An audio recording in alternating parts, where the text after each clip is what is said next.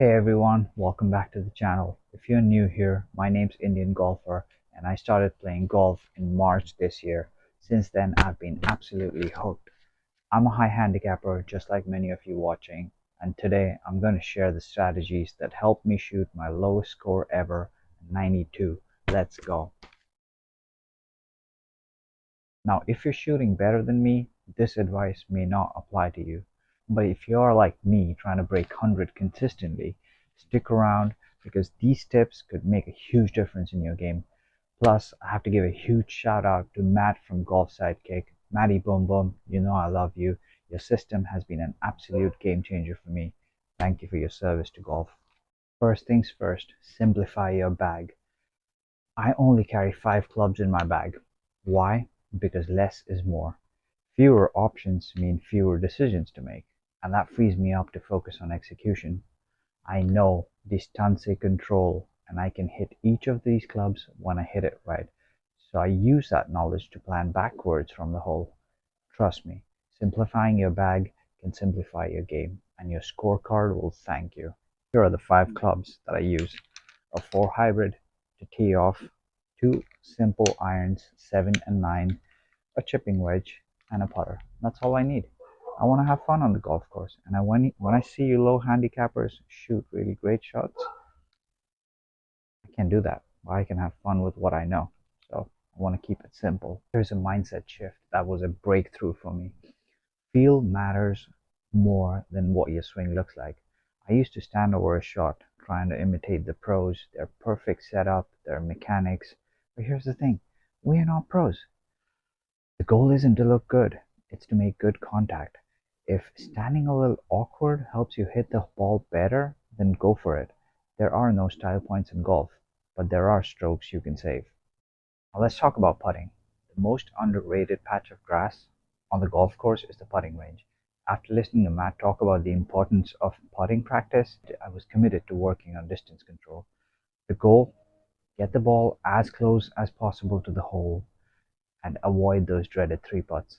In my last round, I only 3 putted once and it made a huge difference to my score. Seriously, hit the putting green and your scorecard will thank you. Here's another tip: stop aiming for the pin. Anywhere on the green or even near it is good enough. Front, back, fringe, forward, backward does not matter. As long as you can 2 putt, you're good. Playing conservatively will help you save some strokes. I have this trusted 56-degree wedge, and it helps me get 100 yards if I hit it well. I'm still struggling with 70, 45 yards, but that was when I was aiming for the pin. Just get it on the green, and then you can think about the putts later. As easy as that. Avoid trouble. We don't want to be in the water. That's an absolute no-no. Stay away from trouble. Avoid bunkers, waters, and any kind of risky shots. And as Matt says, aim for Texas. Big, safe, and conservative. Being a hero might look cool, but it's not worth it. It's not worth the extra strokes. Save those for the pros and play a conservative game. Your scorecard will love you at the end. Trust me. Now let me walk you through my round, hole by hole. I'll show you what worked and where I struggled, so you can see these tips in action. Oh yeah, and by the way, I use the Arcos Golf Caddy to track my stats and analyze the game afterwards. If you're interested, I can do a whole video on this separately, and let me know in the comments if you want a separate video on these little sensors on top of my clubs. So, as you can see, I've been breaking 50 pretty frequently. This one doesn't count because as I only played 12 holes, but the whole point is the dotted line represents a 15 handicap level of playing, and I'm currently under it. But my putting's improved because I've been on the putting green quite a bit. My driving and my approach needs a lot of work. Anyway, so this is where I scored 92. I played 18 holes. Let's go through the holes and I can walk you through shot by shot. No complaints here. Early on, I find myself playing a lot better the first few holes, or at least the first 9, And as the game gets on, my body gets a little tired, my swing is not the same, and there's a lot of errant shots. The temperature was pretty cold in Florida, and it was low 40s. I mean, it's not as cold as other places in the United States, but that's cold enough for Florida. And since this is my first year playing golf, it was an experience playing in the cold. It's different. A par three, a decent drive. I used to get on the green a lot more a couple of weeks ago, but I'm not able to do that anymore. For some reason, I've just lost the touch. And yeah, but a chip and a putt, cannot complain. These putts have been helping me. Usually I'll end up with bogeys on holes like the first and the second hole, but I've been putting decently, so that kind of saved me for a par. Hole 3 is a par 5, and I kind of despise par 5s for the distance, but sticking to the 7 iron, which comfortably gives me 150 yards, is something that I'm going to use more and more going forward. A good drive with my 4 hybrid, it gives me about 180, and a good second shot. As they say, par 5s is mainly about the second shot, especially for high handicappers. This helped me out. My approach needs work. I went with a 56, I think, to get on the green, but I failed. It was slightly short. But this hole specifically has a lot of water right next to the green, and I've gotten quite a few balls in the water here. So my aim was to keep it to the left. A bunker is, I would like to avoid it, but bunker is fine. It's better than being in the water. And I 3-putt this. This was the only hole that I 3-putt. And yeah, no, could have been easily avoided. A par here would have been awesome. On to the next hole. This is a dog leg right. These trees are way taller than they look like from the top view. So usually I would end up here because most of my fairway shots veer towards the right. So this was a good shot even for me because most of my shots usually end up in these trees, and I've played this course so many now. I would have loved to be on the green from here for an approach shot because I can get that distance with my 9 iron, but it just, I don't know, I opened up my face or something, it bounced on the fringe and rolled off because the green is kind of uphill. But a chip and 2-putt for a bogey seems fair. I mean, I'll take that. A par would be nice, but bogey golf is where it is for high handicappers. You know how satisfying that can be when you don't blow up these holes and, just get away with a bogey. This is where things started getting to me. I was playing well. The tee shots, there's some issue with my wrist. As you know, I've been trying to do the try not to slice driver series, and just there's something about the driver that has taken a toll on my left wrist, and that started playing into it, and I just couldn't drive the ball. And I was hitting all these errant shots, less than 100 yards. They were like end up right near the red tees, and I had to play a second shot from there. So this was a decent save as well to kind of get the 7 iron to the rescue again, and again from the rough, the 7 iron onto the green. So that helped me. A nice bogey. The next hole, this is par, I think I want to say this is a par 5, but again, an errant tee shot back to back. Absolutely horrible. 88 yards, completely pulled it. And from the rough, the 4 hybrid for the rescue. This is probably one of the best shots I've hit with the 4 hybrid that is not off the tee. I usually get 180 yards, but to get something close to 200 from the rough, that's got very, very lucky, or else I struggle to kind of get the ball up on these thin, narrow, long holes. Chip and a 2-putt, so great. No complaints there. The driving was absolutely atrocious for this round, which is usually I'm confident, but no complaints. A great tee shot here. This is a par 5. Apologies for the sounds of the airplane, but this is another par 5. Must have been downwind because I usually don't get over 200 yards with the 4 hybrid, but I'll take it. This shot was completely horrendous. I could have avoided it. It's looking down, the ball is way down. You are higher than the ball and you're trying to hit down, and I took a few practice shots, but I just couldn't get there. I completely duffed it, and as you can see, the result is 23 yards. If I had to do this again, I would just take the 4 hybrid out of the bag and gently just chip it on and get at least 100 yards and push the ball forward, because this shot, so 1 2 3 4 5 6, yeah, this shot kind of killed my chances of a par on a par 5, which is awesome for me. I hate par 5s, and getting a par would have been great. This is one of those holes which also has water on the right, quite a lot of water, and it's right next to the green. So the approach is absolutely key. There's another bunker right here, which you cannot see. So there's 2 bunkers surrounding the green. And I would usually go with a 56 because I can get 100 yards with a 56-degree wedge.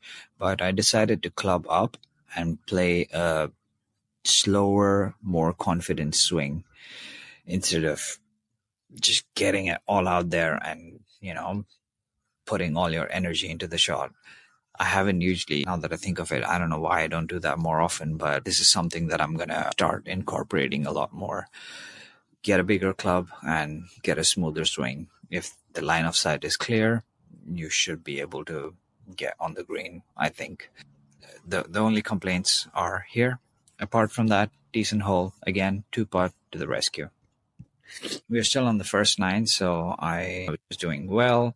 Again, a par 3, I get on the green, but off late I've just not been able to find the green in the past week. This was a strange hole. It's one of those where you think they are shorter, but they're not. I don't know how that works. On the tee box, it says 126 to the back of the tee box and about 102 from the front of the tee. I went with a 56, but if I had to do this again, I would go with a 9-iron and try to safely get it on the green, at least at the back of the green, because a 9-iron is too much. But a chip and a putt and a bogey, so that's acceptable for me at this stage, at least.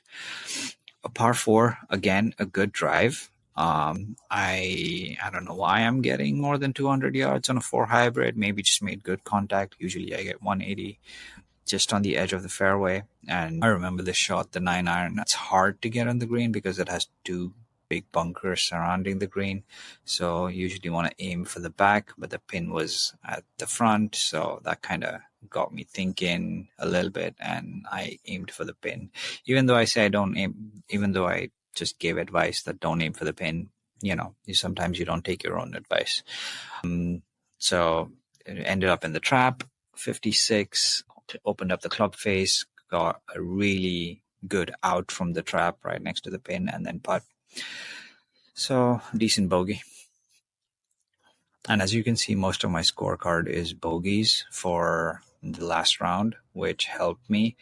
Usually I have a few blow up holes where I end up with like a few 8s on the scorecard, and that's not helping you break 100 at all. Another horrible tee shot on hole 10. As you can see, only 62 yards, ended up in this mess over here.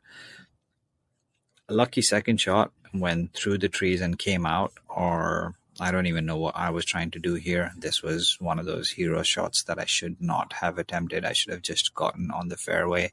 But the way the ground is here it's a little bit of sand, and it's also hard sand. I never make good contact, so I just wanted to push the ball forward somehow and get it up here, and I got lucky. But then the 9-iron approach was also not great. Ended up in the trap again, an out and a putt, so that helped me. And now that I think of it, I did get pretty lucky on this round to have the score that I have. Had it not been these good outs of the bunker, or an approach shot or a putt here and there, I don't know if that's an improvement to the game or if I just got lucky, but I'm going to take that as an improvement because it has to be, right? I mean, I'm working towards something. All right, the next hole is a par 3. This never really gets captured so well in Arcos. I don't know why, but it's a par 3. There's a bunch of water, and the pin was somewhere here. You need to map the pin out when you're playing, either through your watch or your phone, and I never do that, and it doesn't map out the green very well, but it does take care of the shots. Again, should have ended up on the green, but I did not, and well, I'll take a par, still a chip and a putt. This is a par 5, and this wasn't a great hole, so I scored 3, 4, 5, 6, 7. So this was a double. Some things that could have been avoided. First of all, a better tee shot here always helps because you end up somewhere here, and it's all about the second shot. If I can get up ahead of this bunker, I usually kind of take care of the rest, but my driving wasn't so great on this round, and that's what cost me. And the second shot ended up in the trap, which fairway bunkers are kind of hard for me because I usually end up sculling it, and then the ball kind of just rolls out of the bunker or somewhere out, and then you have to take an approach shot again. I did a one putt here, which also helped me. It was a 16-footer. It was a 16-footer. So got lucky here again. The next hole is a par 4, and it's a dog leg left. Horrible tee shot again. 55 yards, just a completely errant tee shot. I have no clue what I was doing there, but the 7-iron came to the rescue again from the rough, got a comfortable 128, and then onto the green and 2 putts, and bogey golf at its best. But usually I do a lot better on that hole because driving helps me out. So this is my usual drive, about 180. The second shot is where I struggle sometimes, but sticking to the 7-iron, as I said, a comfortable 150 yards, a chip, and 2 putts.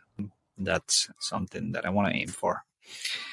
The next hole is, again, one of those, conservative, boring, but it works. It's a drive.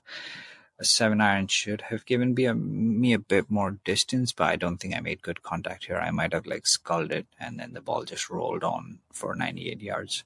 I hit the 7-iron again. This is the shot that I don't think I'll forget because I was right here. I was the last one to take the shot, and the guys were standing just around where the 1 is in this 153 and waiting for me to hit it.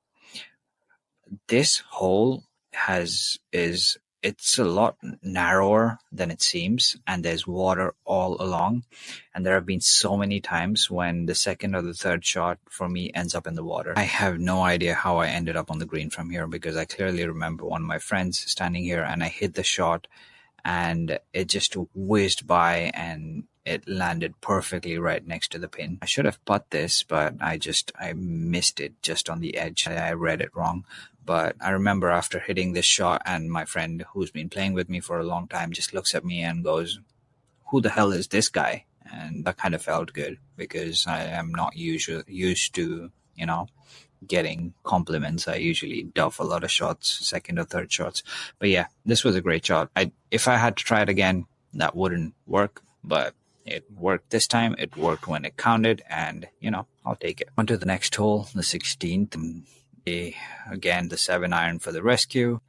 The drive wasn't all that great. I would have loved to be here. You want to stay on the right side for this particular hole because these trees kind of get in the way for your second shot. But I kind of just brushed through the outside and might have hit a few leaves and then ended up here. But if I'm right next to the bunker, somewhere here, it's a lot easier for me to approach because it's like a clear line of view and you just want to avoid this bunker and then put it in. But no complaints. So far, so good. No blow-up holes. Bogeys are good. Double bogeys are but you want to avoid the blowout holes. A par 3, a dreaded par 3. I have no idea why I'm not ending up on the green for par 3s. I need to work on that. I clubbed up because I wanted to go to the back of the green. I usually do a 9 iron here and end up on the front. But this was one of those, I was tired, I wasn't swinging properly, and I kind of pulled it. But the chip and the putt saved me.